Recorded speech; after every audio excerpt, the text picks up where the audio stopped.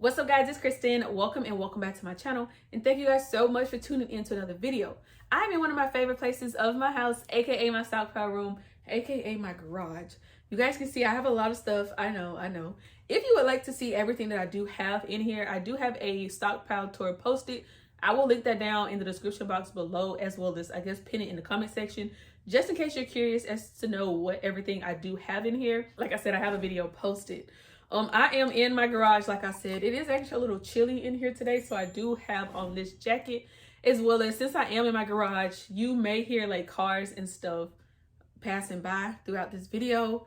My door is, I guess, not that thick, so you may hear outside noises, kids playing, who knows what's going on out there. So I just wanted to give you guys that like disclaimer before we get into today's video. Now, I feel like I'm rambling and I don't like to do that, so let's keep it on task. If you are new to my channel and this is your first time seeing my face, hi. But my name is Kristen and I am an extreme couponer. As you guys can see, I am an extreme couponer. Not only do I go coupon for myself, I bring you guys with me in store explaining what I'm doing. I also bring beginner friendly deals. So regardless of what level of couponer you are, whether you've been couponing for years or you've been couponing, I don't know, not even a minute, you haven't couponed, you've never couponed a day in your life, this channel is definitely for you. You will find something that's helpful. And then if you're not ready for reselling because you don't have a stockpile, you haven't gotten into it, like I said, it doesn't take long. Follow the deals, do the deals. They're simple, easy, and then before you know it, you will be selling some stuff too.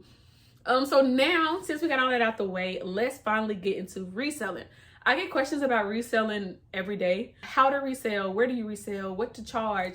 There's so many questions, so I just figured why not put it all into one video, one simple location that anyone can go to and learn about reselling. And then it's tax season.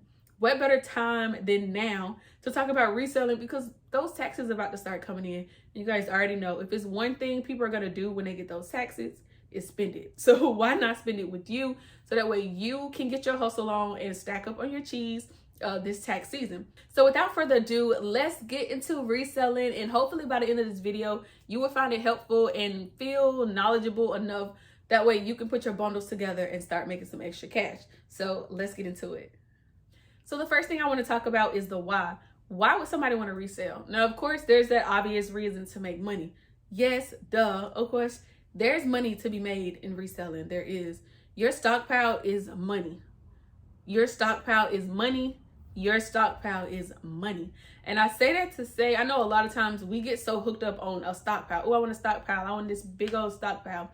But I know people, and this is no shade to anybody, but I know people who have a huge stockpile, but then stuff come up where they're struggling to pay, to make ends meet and stuff. And it's like, bro, sell your stuff. Sell your stuff. Like, sell your stuff, or you're not even gonna have a place to put your stuff in. Like, come on. But like I said, I'm not here to judge. I just want y'all to think about it really, because what's the bigger picture? Enough of that. Anyways, let's also get into, so of course, making money. I'm a full-time reseller. Like I said, I'm a full-time couponer. I am a full-time reseller. So I make a decent amount of money a month with couponing. So I love it. I enjoy it. I enjoy teaching people. So like I said, there's definitely some money to be made in reselling. Another thing with reselling is a benefit that I've noticed is that a lot of times as couponers, there are so many items that we get in an abundance. For instance, like toothpaste and razors. I can't tell you how many times or how many tubes of toothpaste these hands have actually touched. And not just touched, I'm not talking about nothing weird in the store. I'm talking about actually had, like, they were mine and I brought them home. Hundreds of boxes of toothpaste, and it's just me and my son. We're not going to go through all of that. So even though I'm getting this toothpaste for free, moneymaker and stuff like that, there are plenty of families out there that are not getting toothpaste for that cheap or even free. And have y'all saw the cost of toothpaste? Some of them boxes of toothpaste is like $6 a box, a tube, whatever you want to call it. That's insane. So by me selling toothpaste and other items to other families who don't want to spend the full price, that is like a win-win on both sides. But like I said, we get toothpaste a lot. And if I was just keeping that toothpaste and all those other products to myself, I would just have a wall of that. And it's like, what purpose does it have? And before you know it, the toothpaste would expire. Now, there are some products that don't expire, but because of reselling, it does help me minimize and just get rid of the stuff that I don't really need. There are some products that I know for a fact I would never use a day in my life. But it may be a good deal on it, and it also may be a money maker to help me pay for some other stuff that I actually do need. So I'm gonna purchase it. Now I just have it on the shelf. What is it doing? It's not serving any purpose. So why not resell it again to a family that's in need, who is really thankful that I'm selling it at a discounted price. And then for the third reason, I would have to say would be connections. You will be surprised the connections that you can make by reselling. It's not what you know, it's who you know.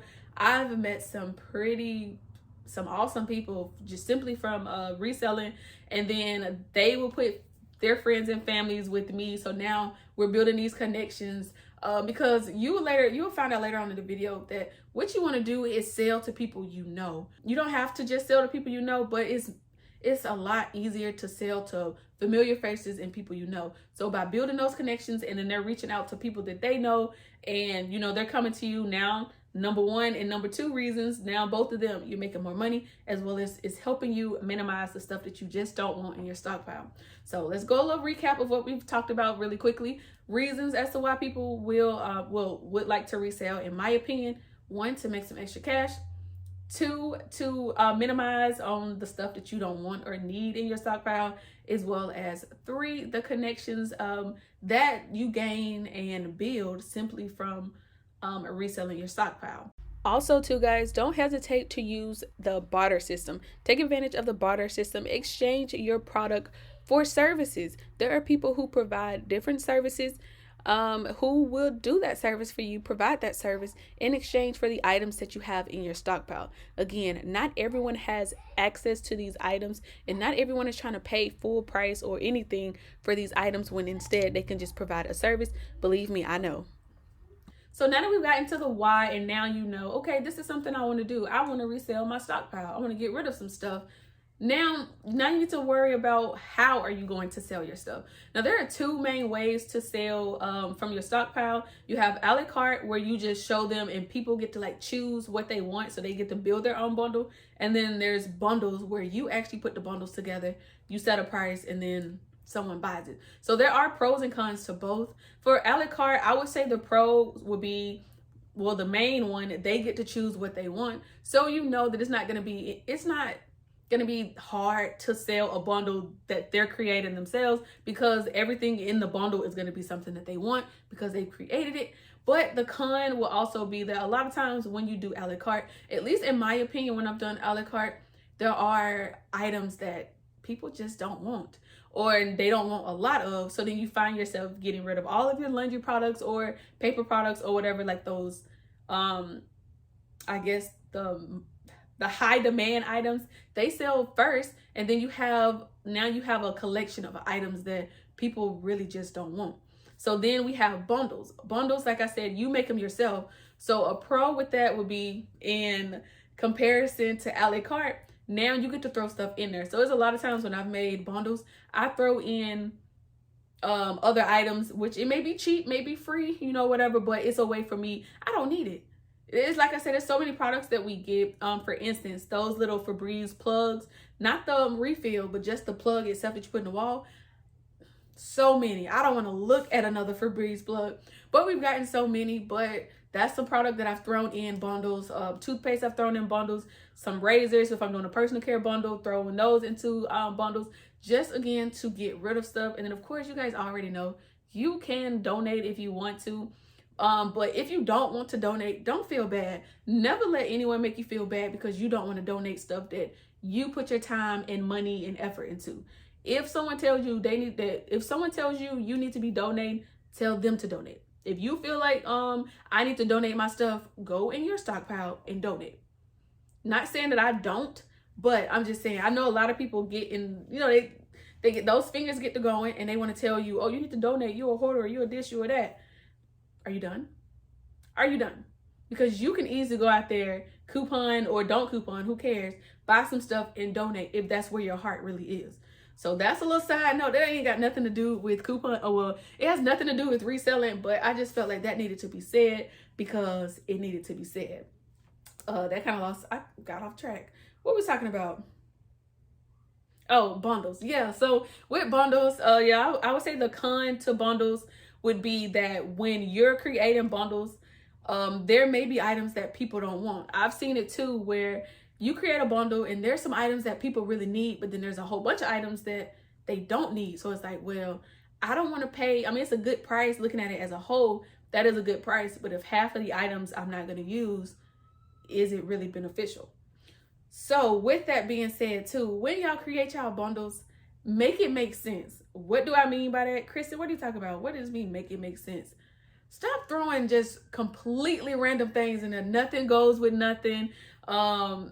It just make it make sense. If you are doing a laundry bundle, try to keep household items. Do household. Do your toilet paper. Do cleaning supplies. Do laundry detergent. Try to keep it all household. If you want to do a personal care bundle and you want to do body wash, razors, lotion, deodorant, try to do that. But I feel like when you try to intertwine those two and just put a whole bunch of stuff together, I don't know. But I mean, that's just in my opinion. I know people who do that and their bundles are selling like hotcakes. So it's pretty much a trial and error to see what works best in your area.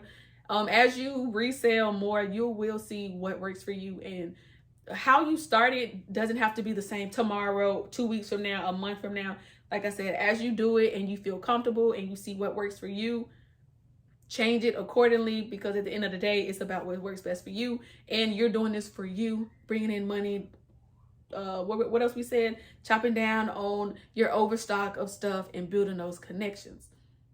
So now that you decided how you want to sell your stockpile, whether that be a la carte or creating bundles, now let's get into pricing. What are we going to sell this stuff for? This is probably the most difficult part of reselling, because people don't know what to charge. Are they charging too much? Are they charging too little? Of course, the end goal is to make money. So if you're not charging the right amount, are you really making money? Now, I would never tell you what you should charge for your stuff, but there are some considerations that I feel like anybody should take in consideration that would determine what you charge for your items. One would be definitely to look at your Walmart prices. 9 times out of 10, people are going to Walmart to go and pick up their items. That typically seems to be the cheapest place to get their household needs.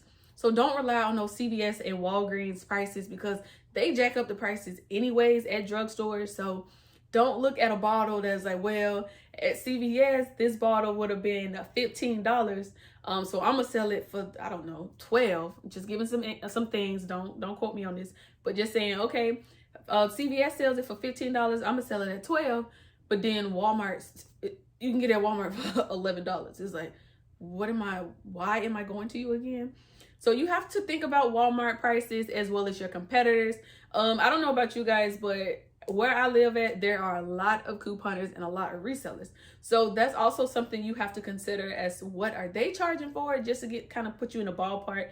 But above all, you need to remember, what did you pay for the item? You don't want to sell an item for exactly what you paid, or a little less, or even a little more, because you want to make it worth your while. So I know people may be like, well, how do you keep up with what you paid for items? Honestly, the best thing I can say is, as you coupon for stuff, it's just certain prices and certain price points that you won't buy an item for. Like for, I don't know, let's see, again, hypothetically speaking, toothpaste. As a couponer, especially you've been doing it for a while, there's really no reason for you not to get free toothpaste, if not a moneymaker. So it's like, I know if it's some toothpaste that I have, 9 times out of 10, I got it for free. If it wasn't free, it was like 50 cents. So with that being in mind, I kind of know, like, okay, well, if I sell it here, I know I'm making a profit. I know some people try to do, oh, let's just sell it at, 25% off. You don't have to do that. A lot of stuff that we get, honestly, especially as a newbie and you're trying to get into reselling, it's times that you probably got the stuff 50% off, or you probably got the stuff at the 75% price. So even if it's a little cheaper than that and you're selling it at 25% of the retail value, are you really making money? So it really just depends. I know some people that just go by Walmart prices and knock off a few dollars. I've seen people that will create like I don't know, will create a bundle and then take $10 off and then that be it. At the end of the day, you create the price. People are grateful to find some savings. I know some people say that they take off 25% off of retail value. And for some, that may be good, but others, that sucks. It does. It sucks because especially as a newbie, that's probably how much you pay for, a little less than that. So you're not really making profit and it may not seem like it's worth it. Another thing I've seen when people sell for their bundles, they may make a bundle. I've seen it where I think they made like a $60 bundle, $60 bundle or whatever, and then they just took off $10. And some people may be like, oh, that's not enough. You should knock off more stuff. Who? Like, no, another thing, don't let people make you feel bad for your pricing. Your prices are your prices. Now, with that being said, if you are, like I said, charging regular price, it's going to reflect because you're not making money. People are not coming to you. So at that point, it's like, okay, I can knock off a few more dollars. But it's really just trial and error. See what works for you. And then, like I said, as you get better in couponing, you start using store money. You get real good at using store money where you're not even using money out of your own pocket. And then, then after that, it's like, okay, well, I didn't even touch my bank account at all. So I can knock it down just a little bit more, so that I'm getting more customers and it's not bad on me. See, that's the real trick. We're going to say that for another video. But what you want to do as a couponer is get into using store money. Once you successfully learn how to use store money to buy your stuff, oh, it's over. It's over. But like I said, we're going to say that for another video. Let me know if you like that video because I can bring it to y'all. We can get into it. But yeah, pricing is it's just so much to unravel, but it doesn't have to be hard. Look at Walmart prices, add up your stuff, take off some dollars. Trial and error, see if that works. If it didn't work, knock off a few more dollars, see that. But do what works for you. The end goal, like I said, is to make money. So you want to make money. You want to make profit. And selling stuff at 50% off because you saw your homegirl or another couponer selling stuff at 50% off. Now, all you're doing, you're spending all your time and stuff to go coupon to give somebody else for free. Because let's not act like couponing doesn't take time. Like it doesn't take energy. It does. So make it worth your while. That's pretty much all I'm going to say when it comes to pricing. But if you have any other questions, I'll try to answer them in the comment section below. But I feel like I'm kind of rambling. So we're going to end pricing on that note. So now we got the whys. You know how you're selling it. You got your pricing. Now you got these bundles or whatever. And now it's time to actually sell. Who are you selling it to? Now, when I first started, I started off with a marketplace, a Facebook marketplace. And honestly, that's like an easy place to sell it. You just take pictures, you list it, put all your information in it. But I will say Facebook Market has its pros and cons. A lot of cons because anytime you're dealing with the public, people are just going to waste your time and get on your nerves. So keep that in mind.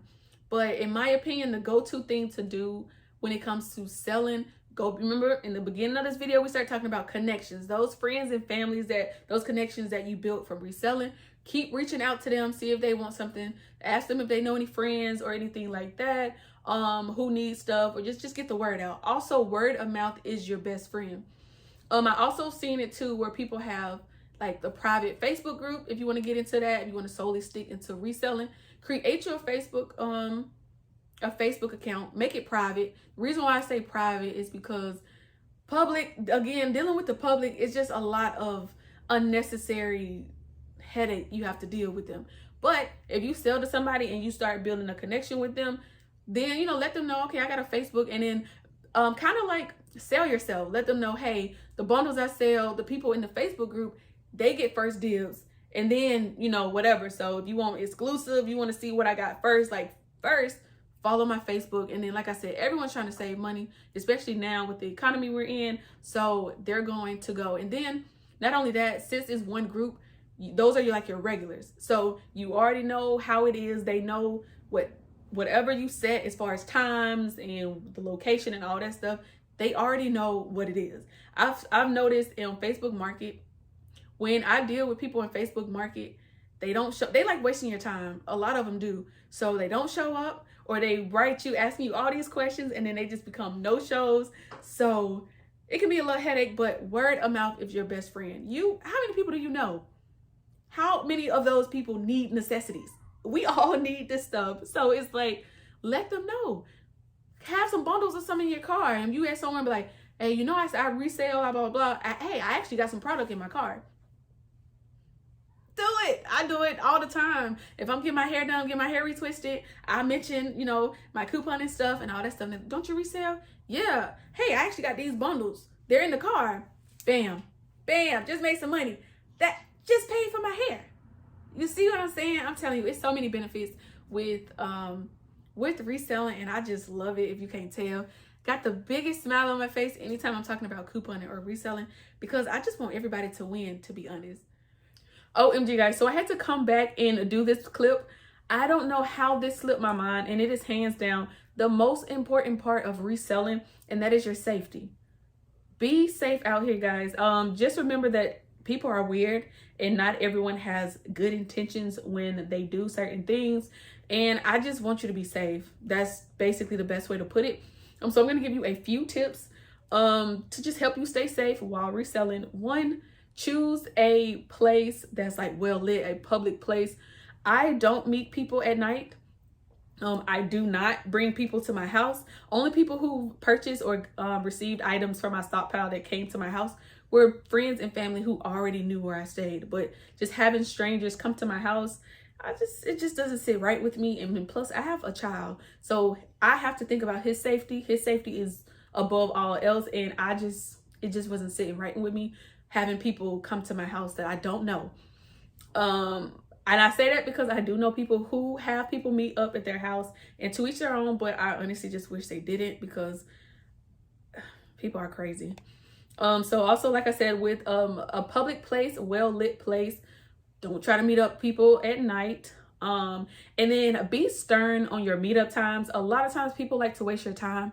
You both will agree, okay, we're gonna meet at, I don't know, 4:30 at this location, and then they want to show up whenever they feel like it and thinking that you're just gonna be on call. Be stern. Your time is money, and one thing that I hate more than anything is for people to waste my time and my energy.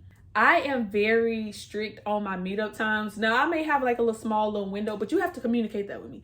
I hate when people waste my time and don't effectively communicate, because time is money, and for you to just have me sitting there waiting on you at a meetup place that we both agreed on, and you not show up or not answer, nothing like that. That could have been another time somebody else could have bought a bundle, as well as somebody else could have, I could have been doing something else to bring in money for me and my family. You definitely live and learn, guys, because now I will not go up to a meeting place without confirmation. I will get in contact with them, or try to, an hour before meetup time. If there is no response, I will not show up to that location. And it's not like, oh, they didn't know. I do tell them ahead of time, letting them know that, okay, an hour before meetup, I will just confirm that everything is on schedule. So when it comes time to me writing them and I don't get a response, I do not show up, because I've wasted so much time, so much gas, and it's honestly not worth it. So I would advise to do that. So just be safe. Be safe. If you want to meet up with people, like bring somebody with you to meet up, do that. Just be safe. Please be safe. Please be safe. Please be safe. Especially with the times we are in, people tend to be a little desperate. And like I said, you just don't know their intentions. And I would hate for something bad to happen to you because you were trying to make some extra money, as well as sell stuff at a cheaper price, helping someone else out. And then in return, they cause you harm. But yeah, I just had to throw in this clip because it completely slipped my mind. And I was like, wait, I didn't say anything about safety, and y'all need to be safe. So I just had to say that. So we've made it to the end of this video. I think I've covered everything. I really feel like I'm started to just talk. I do that a lot, and I don't know. I think we covered everything. We covered the whys, the hows, where to coupon at. I mean, not where to coupon, where to sell your stuff, how to sell your stuff. If there's anything I left out, of course, as always, my comment section is always open. Comment down below, and then if you resell, if there's a tip or something that I didn't mention, don't hesitate. Share the love, share the knowledge, drop them down below, and let's all win. Let's all get this money. I hope you found this video helpful. If you did, let me know by giving this video a thumbs up. And then, like I said, join the family, guys. Let's save this money. Let's get this money. And yeah, I don't know. I love it. But until next time, I will see y'all in the next one. Oh yeah, I'm also starting a couponing one-on-one series. So if you don't coupon and you want to, you definitely want to follow the channel, because I'm going to lay stuff out. I don't want to say Barney style. Is that offensive? I don't know. But I'm going to lay stuff out Barney style. We're going to take it step by step, and we're going to build on the couponing. That way we all have the knowledge about couponing. Like I said, so we can all save. And yeah, the economy is trash. So let's all save. I love y'all. And until next time, I'll see you in the next one. Bye.